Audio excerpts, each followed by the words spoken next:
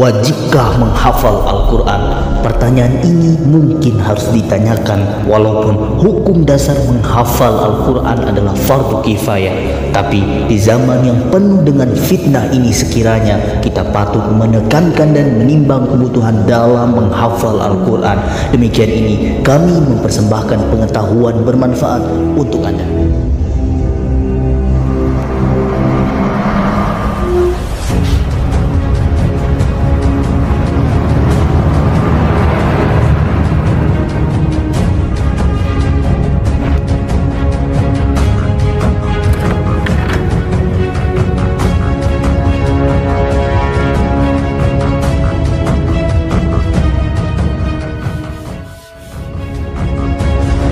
Manfaat menghafal Al-Quran sudah sangat nyata, mencerdaskan pikiran, melatih konsentrasi, pedoman hidup, obat juga kebutuhan hati, melimpahnya pahala, penenang jiwa, gelombang energinya begitu positif. Al-Quran mukjizat sepanjang zaman. Allah Subhanahu wa Ta'ala berfirman di dalam surah Al-Jasiyah ayat 20, "Hadza basairu linnas wa hudaw wa rahmatan liqaumin yuqinun."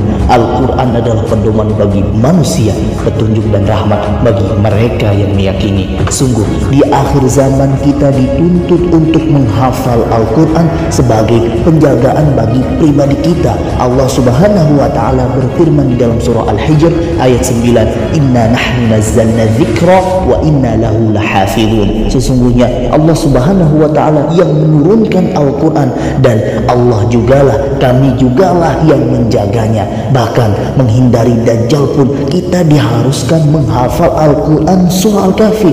Diriwayatkan dalam hadis sahih riwayat Abu Darda, Rasulullah sallallahu alaihi wasallam bersabda, "Man hafidha 10 ayatin min awwali suratil kahfi usima minad dajjal." Siapa yang menghafal 10 ayat pertama dari surah Al-Kahfi, maka ia akan terlindung dari fitnah Dajjal. Maka di zaman sekarang sudah sepantasnya menjadi penjagaan Al-Quran itu pada setiap pribadi muslim bagi kehidupan di dunia dan akhirat. Keutamaan menghafal Al-Quran dari sisi dunia dan akhirat sangatlah besar, sehingga mampu memberikan prinsip, mengingatkan, bahkan mendeteksi pribadi yang keliru. Al-Quran merupakan kunci jawaban pada tiap-tiap ayatnya, mengingatkan terlebih ketika berada di zaman yang benar menjadi diragukan dan yang salah dianggap berasa lumrah.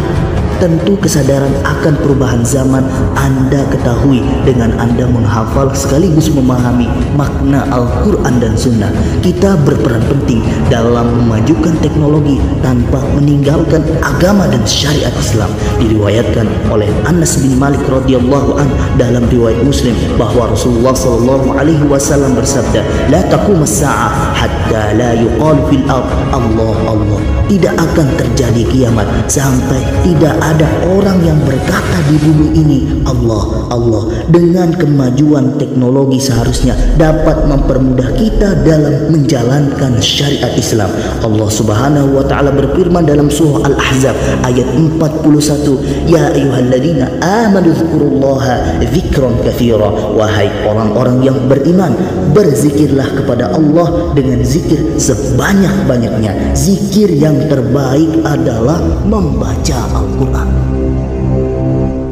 Sungguh saudara, para ilmuwan pada generasi awal-awal yang merupakan generasi emas seluruhnya menghafal Al-Quran. Ibnu Sina menghafal Al-Quran, Al-Biruni, Al-Haytham Al-Khawarizmi menghafal Al-Quran, Ibnu Taimiyah Al-Fairuz menghafal Al-Quran, Ibnu Rushd, Jabir bin Hayyan Al-Kindi, Ar-Razi, Ibnu Bajjah seluruhnya menghafal Al-Quran. Dikenal seantero Eropa kala itu dengan julukan Avicenna, Averroes, Al-Hazan, Geber, Al-Kindus, Abul Jasis, Al-Karisma, Razes, Al-Vintage. Mereka adalah penghafal Al-Quran yang sungguh luar biasa. Maka sungguh ketika kita ingin memulai peradaban Islam, ketika kita siap bersama-sama semangat menghafal Al-Quran.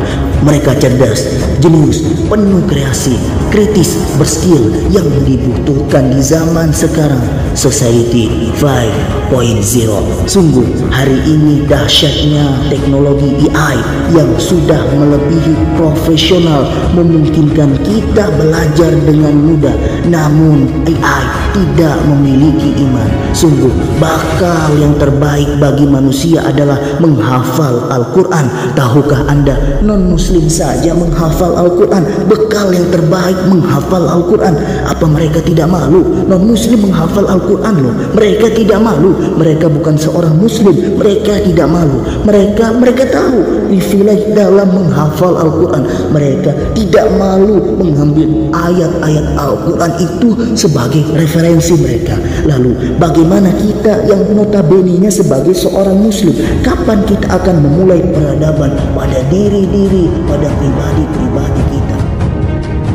Pernah dilakukan riset oleh Dr. Ahmad Al-Qadi dari Klinik Besar Florida yang melakukan riset kepada para pendengar Al-Quran. Hasilnya 97% melahirkan ketenangan jiwa dan penyembuhan penyakit. Penelitian ini juga dilakukan oleh Muhammad Salim yang dipublikasikan oleh University Boston, bahwa membaca Al-Quran dengan suara menimbulkan vibrasi yang mampu memperbaiki sel-sel rusak di dalam tubuh manusia dan mampu bekerja dengan baik. Maka benarlah Al-Quran merupakan asyifa dan rahmat bagi orang-orang beriman. Profesor Van der Hoeven tahun 2002 membuktikan pengaruh membaca Al-Quran dan pengucapan berulang-ulang kata Allah baik oleh pasien maupun orang yang sehat.